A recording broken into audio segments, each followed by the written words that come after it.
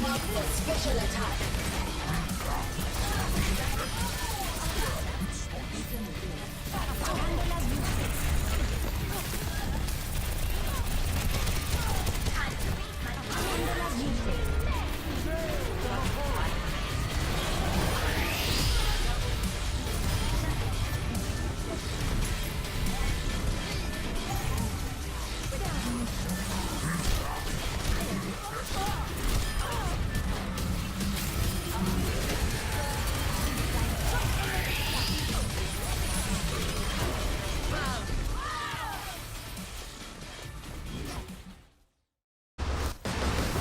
Ladies and gentlemen, good afternoon and welcome back to the Watchpoint Post Show. We're coming at you live from the Blizzard Arena, the end of our epic Stage 3 finals.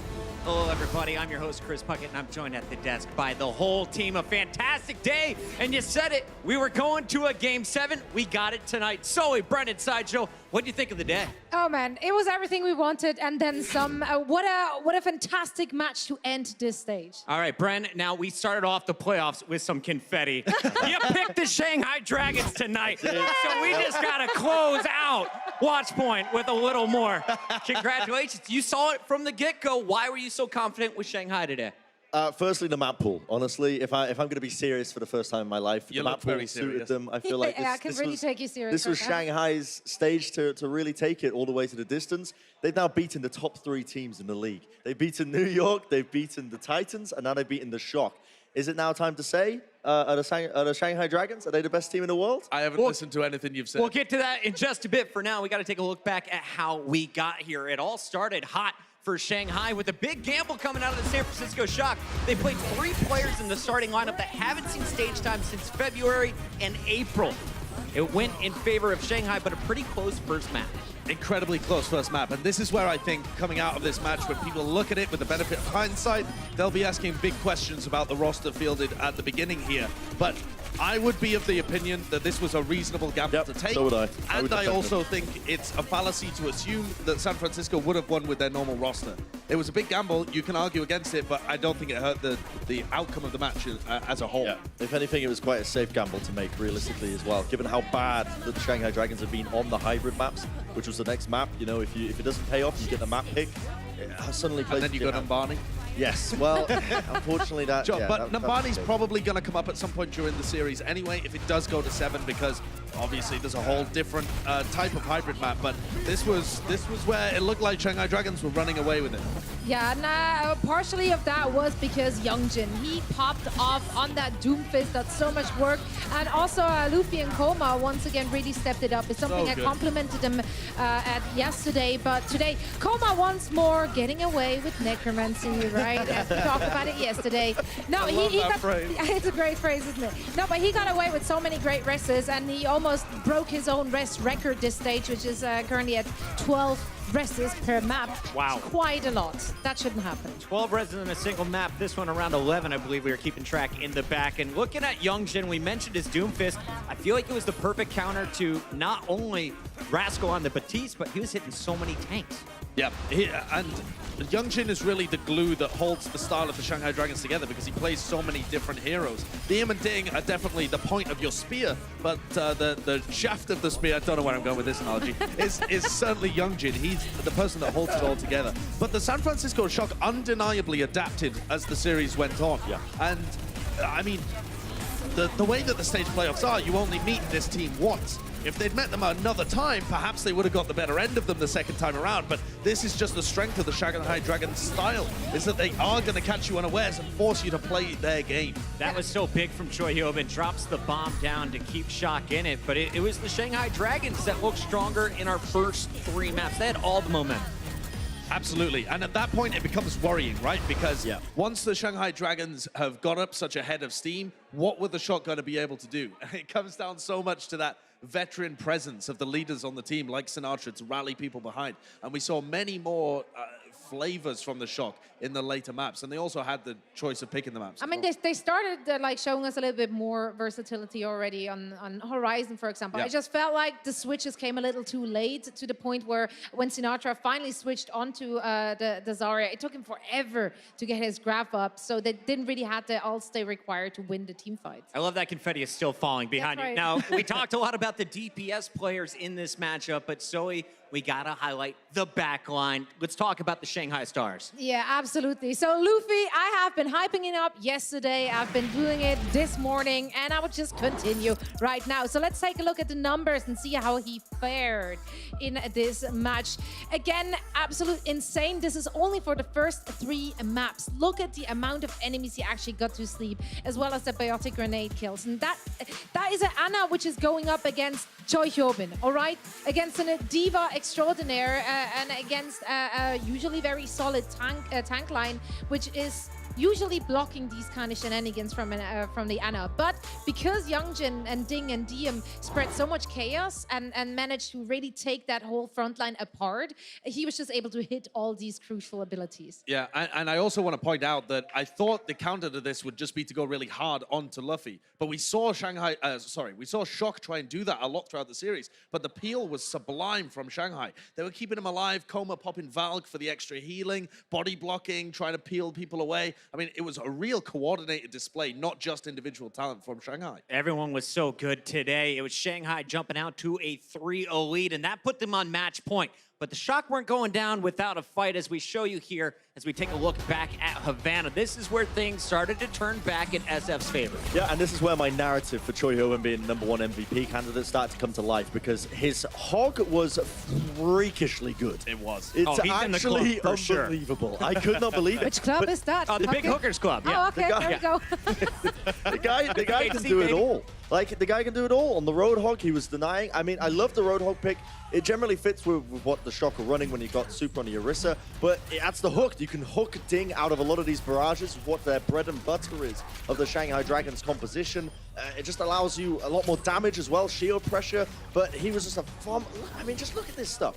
The stuff he's pulling off, I haven't seen this since 2016 Snizzlenose. It's a name that some of you might remember, probably all 2 of you out there, but yeah, I mean, he's just had an unreal game. You did recognize that was Youngjin for a few of those highlights, right? Still unreal. It's great. Still unreal. Still Yeah, very still unreal. I was just seeing the hog and my eyes were blinded. Yeah. The San Francisco Shock, though, were then brought to Ilios, which, as Zoe was mentioning at the half, this was their worst map statistically. And for them to adapt enough to bring out the unreal, win, by sure. this to me is the only reasoning you can take as to why it was potentially a mistake to run the alternate lineup for the first control map. Because if they won the second one and it was Ilios, where they're not supposed to be favored, right, then perhaps they would have won the first. When we went to Eichenwald, I had a feeling we were going to be seeing a draw. I don't know why. There's a feeling in my bones. Spoiler alert, we did not see a draw. But it was a very close match between these 2 teams. Both of them pushed all the way into the final checkpoints. Yeah. It suits a lot of what they like to run here. I feel like Shock kind of threw the game a little bit in terms of what they were running.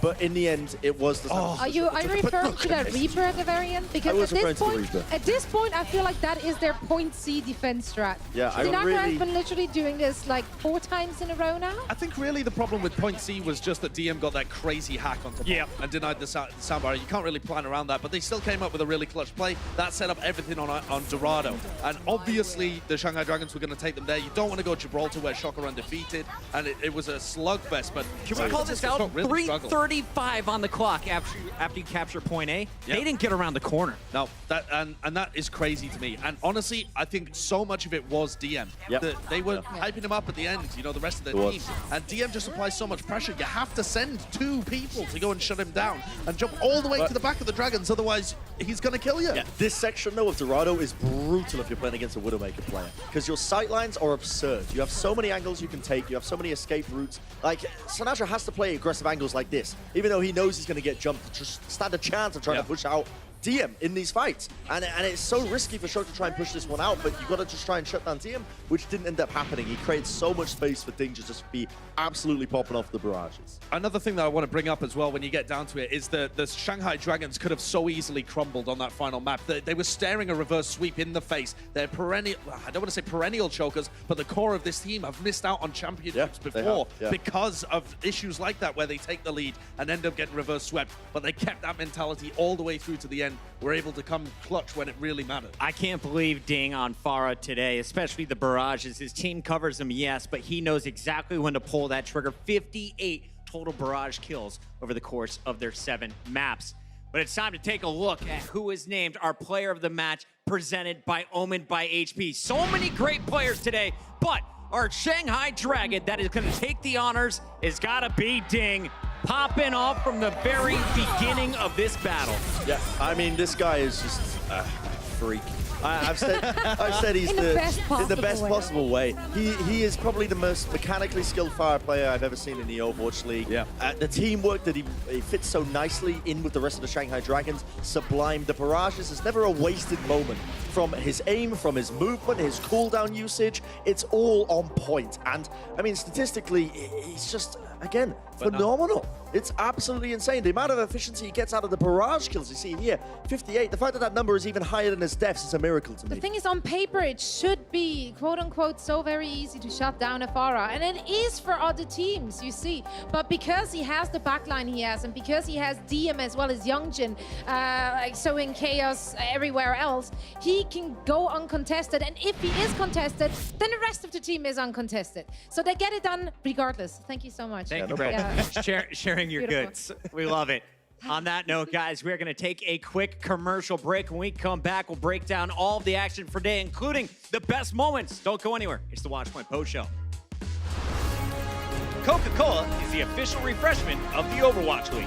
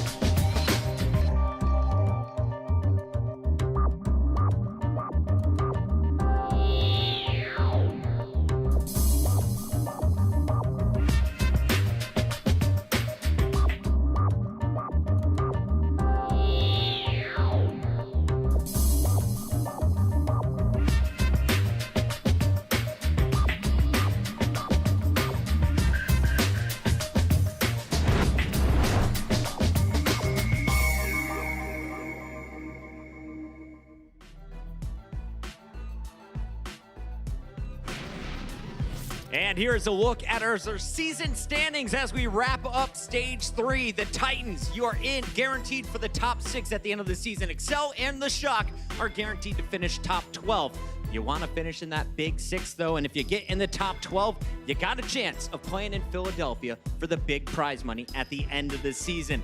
Taking a look at the numbers, though, you'll see the Dragons were down at that number 8 spot, and they have been climbing after a rough start to the year. And here in Stage 3, they have pulled off the upset over the number 1 seed, the New York XL, the number 2 seed in the Vancouver Titans, and the number 3 seed in the San Francisco Shock. So the question I have for the desk is, are the Shanghai Dragons officially the best team in Overwatch right now? I mean, you have to make that argument, right? If they are able to take down the top 3, then naturally quick math would make them actually the #1 team. And honestly, they didn't seem to struggle against anything any of those top 3 teams were actually throwing them. They can deal very, very well with a 3-3 composition. They have no issue playing against the Sombra or against the Baptiste variation of the 3-3 composition. They haven't been having any trouble when they went against any DPS lineups, and they've shown us a lot of different varieties throughout the entirety of their own lineup, and that makes them one, if not the best team right now. I'm going to play devil's advocate of this argument as well, because obviously if you take down 1, 2, and 3, this is the most legitimate playoff run I think we've ever had in the Overwatch League. And so naturally you would lend yourself to that kind of point of view. It makes sense. But Shanghai also recently, they got outmatched in a mirror game against the Valiant. And then they actually recently, only last week, dropped a match to the Guangzhou Charge as well. And so I feel like more so than Shanghai Dragons being the best team in the world right now, I'm not sure there is a definitive best team in the world right now. That would be my opinion. Because we saw the Shock able to take them to 7 maps here. It was a winnable series for them. Perhaps if it was repeated, they might be able to do so. And I feel it's less of a changing of the guard like we saw from Stage 1 and Stage 2, where it was definitely Titans and Shock, and it was a passing of the crown, so to speak. I feel like we're still very much up in the air, where a bunch of teams could beat each other on any set day. It just happens that today and this week has been Shanghai's week. Bren, you have a neutral opinion on this? Settle this argument. I don't really believe in the transitive properties. I feel like you can only make the claim that the team is the best team in the world, the Shanghai Dragons, if they keep up consistency, which they haven't done. They've been dropping games to a lot of weaker teams throughout the season. Shock have got the argument where Well, to be like fair, his question was right now. Yes. And not right now, in the future. Right now, I'm not too sure, because on another day, Shock might have been sitting as the winners right behind us. I think Shanghai look phenomenal moving forwards, though. If they are able to keep up this consistency, I mean, you have to crown them the best in the world. We're not ready to declare it officially quite yet, but we do know that Shanghai has definitely joined the elite at the top of the leaderboard. Let's take a look, though, at a team that has won our previous stage, and they've been in every single stage final so far. The San Francisco Shock, they're not champions tonight, but they're definitely winners if you're looking at the whole season. For sure. I mean, just to look at the San Francisco Shock and review this season, they've made such an enormous development from last year. The Shanghai Dragons have as well, of course. They've had a huge turnaround, but that was with a totally different team. With the Shock, it's been a slow development. They have had such great success over the course of this year running this majority GOATS composition. They've set records. They've blasted through maps. They've featured in every stage final. They've won one of them, just missed out on their second piece of history here. And at this point in the road, I think they're proving that they can still go toe-to-toe with the Shanghai Dragons that are kind of setting the new meta, the new kind of DPS-focused meta moving forwards, it seems. The Shanghai Dragons are still able to go, the Shock are still able to go toe-to-toe. So looking at their season review, it's still been a huge success for the Shock, and more perhaps to come. Definitely a team that we expect to be going deep in the overall season playoffs. For now, though, we have to highlight what was happening on the stage for the Shock because, yes, they had a game plan for early on. It didn't go their way, but it seems that a team that we've always given such props for their ability to adapt didn't always have the answers. Here's what Sinatra was saying in the middle of the game. It's okay. It's okay. Really okay. I think I really can Tracer if they go Doomfist. I can really kill everyone. Yeah, maybe. I think we just monkey more like I really think Tracer. No, yeah, you can. Yeah, Tracer's fine. I didn't want to switch. We can like monkey more Sombra Tracer. Yeah, for sure.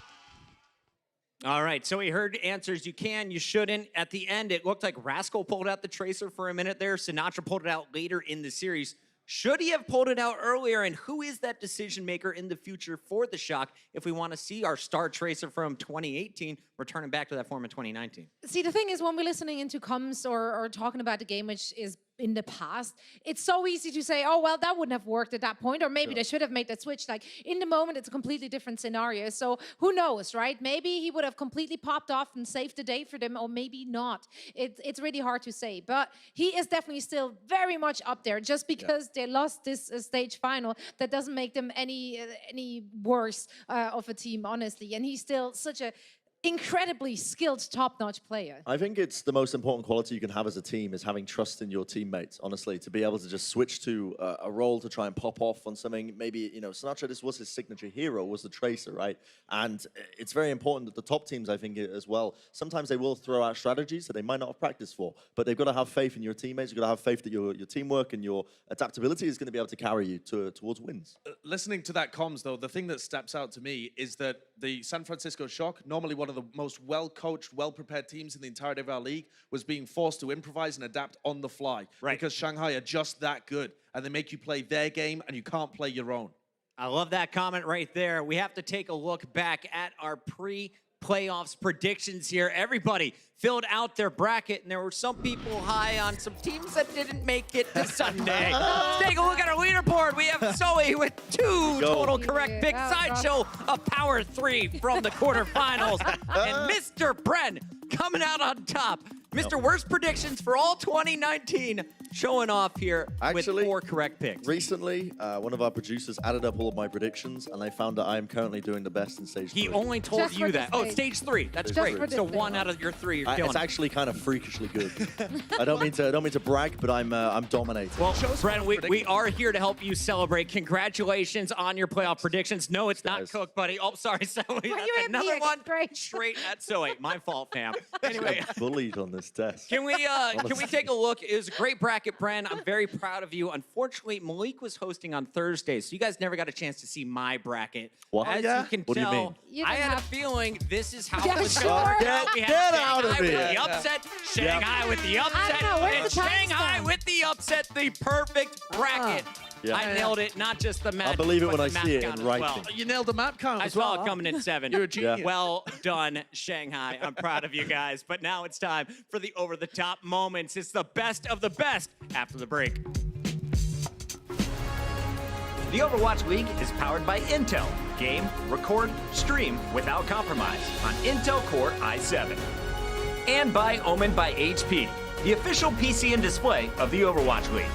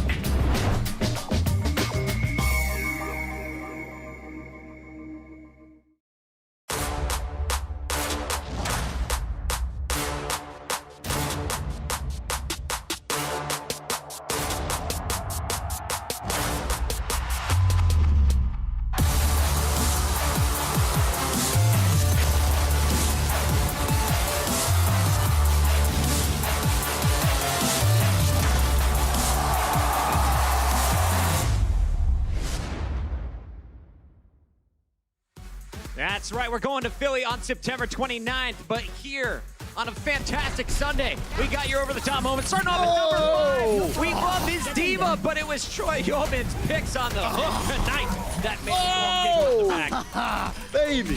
Nothing gets me going like a max range on somebody who's flying in the air. That's a sentence I didn't think I'm going to hear today. Yeah, Thank just you. stop talking, please. Wardrobe, we need more. All right, gonna go on. Number 4.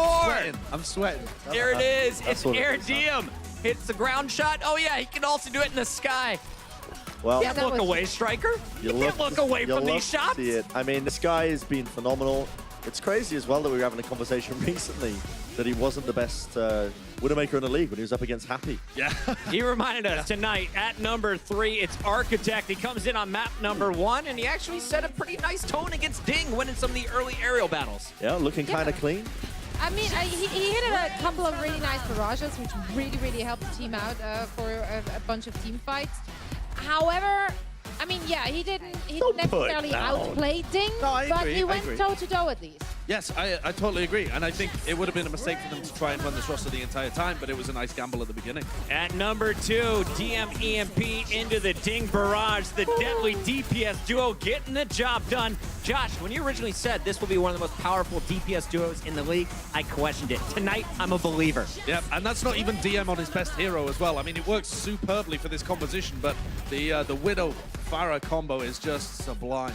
And your number 1 moment after going 0-40 in the inaugural season, Shanghai retools and the new roster earns them their first ever stage title, upsetting our top 3 seeds in one of the most ridiculous brackets in Overwatch history. You love to see this. The organization has been redeemed as a whole. The players themselves as well. They've been in this scenario many times, and they've never come up clutch like this. They've never really been winners. They've often thrown away it in many similar scenarios to it. So you're going to give full props to the team and the organization. If we look back at the end of the day, so if anyone missed any of the early action, what do they need to go back and watch today? Because this was jam-packed with epic moments in Overwatch. Well, you know what? Just head on over to overwatchleague.com and rewatch the whole thing. Whole thing. Just the whole Start from thing. map My 1. highlight of the day was the whole thing. There you go. I love it. We're not done quite yet. We got hindsights coming up next. Don't go anywhere. It's the Watch My Post Show. The Overwatch League is brought to you by T-Mobile, now connecting 99% of Overwatch League fans. Catch your league on America's network, T-Mobile.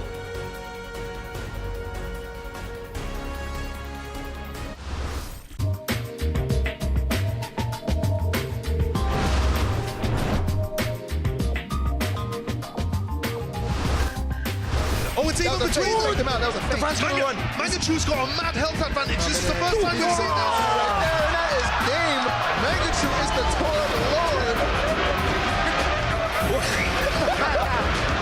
Prostrate at the champion's feet. Well, that might just be all she wrote, but New York has pulled back by some bars. Oh my God, what a dart! Yeah, sick place from Hago. There we go. Sleep dart over the ocean. You're not going to kill him the normal way, so you got to drop him in. Yep. And you don't really need the double sniper after point A anyway. You can still run it, but you don't often do it. Whoa. Yeah. You only need one. You only need one sniper right now, clearly. If you are Atlanta Ray, 3 kills for Baby Bay. All right.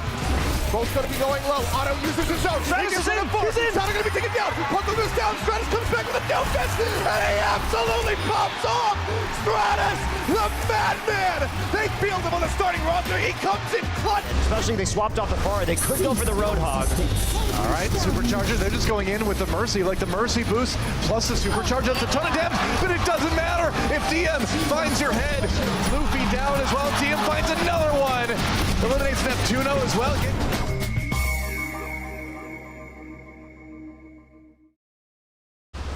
Stage 3 has brought us some amazing Overwatch, and with the entirety of Stage 3 now in the rearview mirror, we decided to take a look back in a little segment we like to call Hindsight. Starting with you tonight, Zoe.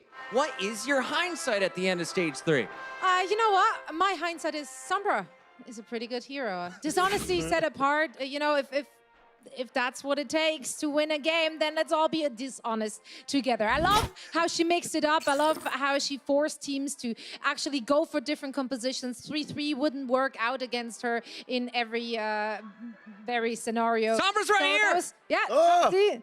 Super dishonest. Dishonest hero! So dishonest. No, but I love how she shook the whole thing up, and it did force teams to kind of go out of their comfort zone, and I love to see that. Excellent cosplay, excellent cameo there from Sombra. Let's go over to Bren. What's your hindsight? Yeah, my hindsight is, in hindsight, the map pool dictates the meta, honestly. I've taken a look at it, hard and long sessions at night, looking at the map pool, getting a giggle out of Josh here.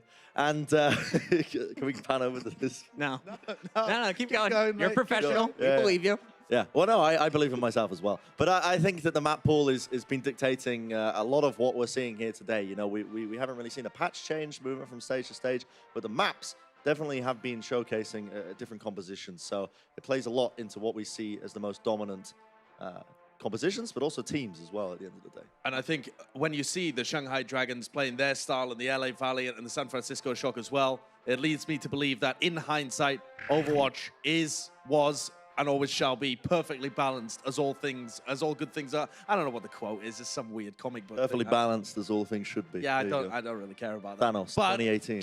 But at the 2018, moment, yeah. we've got a bunch of 2016 different maybe. compositions, a bunch of different styles. I feel like this was one of our most entertaining finals we've seen. And that's coming off the back of the Stage 1 and Stage 2 finals, which were incredible displays as well. We've honestly been gifted with amazing finals matches this year. 7 maps in Stage 1, 6 maps in Stage 2, and another 7 mapper in Stage 3. It's been excellent so far in 2019. Before we go, though, we got to check in with our Twitch leaderboards. At the top, it's still the Atlanta Reign. San Francisco, North Shanghai jumped up today, but they're looking to do it in Stage 4. Wow. And, of course, when it comes to the individuals, Pepin to Palm? Pepin to Palm? Tom? Where are you? Where are you? Pepin to Show Palm. him. Where's the individual? Hello?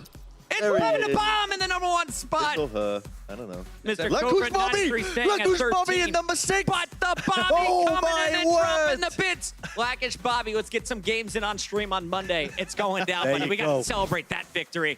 Speaking of Twitch.tv, get your All Access Pass tonight because you are going to get a up-close and personal Q&A with our good buddy and one of the most energetic casters in all of esports. It's Achilles coming up next on Twitch.tv/Overwatch League. That's going to do it for us tonight, but we'll be back with a very special Stage 4 edition of Watchpoint this Thursday at 4 p.m. Pacific. You don't want to miss it. Thanks, guys.